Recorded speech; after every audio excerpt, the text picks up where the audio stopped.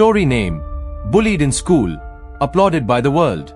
They laughed at his stutter, threw paper balls at his head, called him names no child should hear.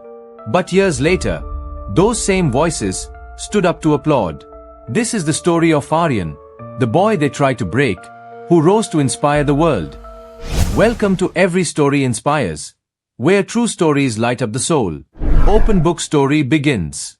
Aryan was just 10 when school became a battlefield. He wasn't weak, but he was different. He spoke slowly. Sometimes words got stuck. His classmates didn't see his heart. They only saw his stammer. Stutter boy, they called him. Lunch breaks were lonely. Classrooms were cruel. Even teachers would grow impatient. Just spit it out. One snapped once. And so Aryan started to believe maybe his voice didn't matter. But at home, things were different.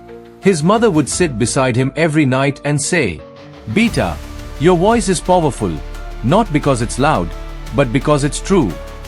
One evening, she handed him a book of poetry.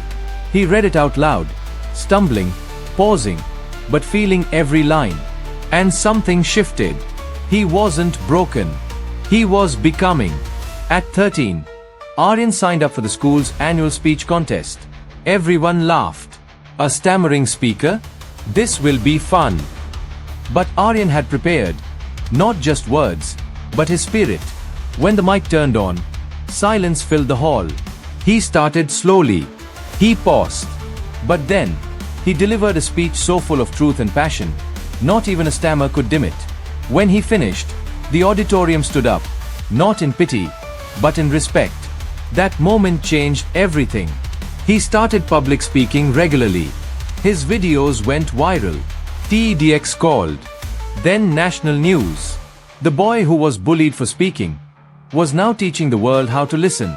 Today, Aryan is a motivational speaker who visits schools, the very kind he was once bullied in, and tells kids, "Your voice is your power. Don't silence it just because someone else is uncomfortable." If the world has ever made you feel small, unheard, or not enough, remember Aryan. Your story isn't over. It's just getting started. Comment below. What's the one thing you've been afraid to say out loud? Subscribe to Every Story Inspires for more real stories that remind you.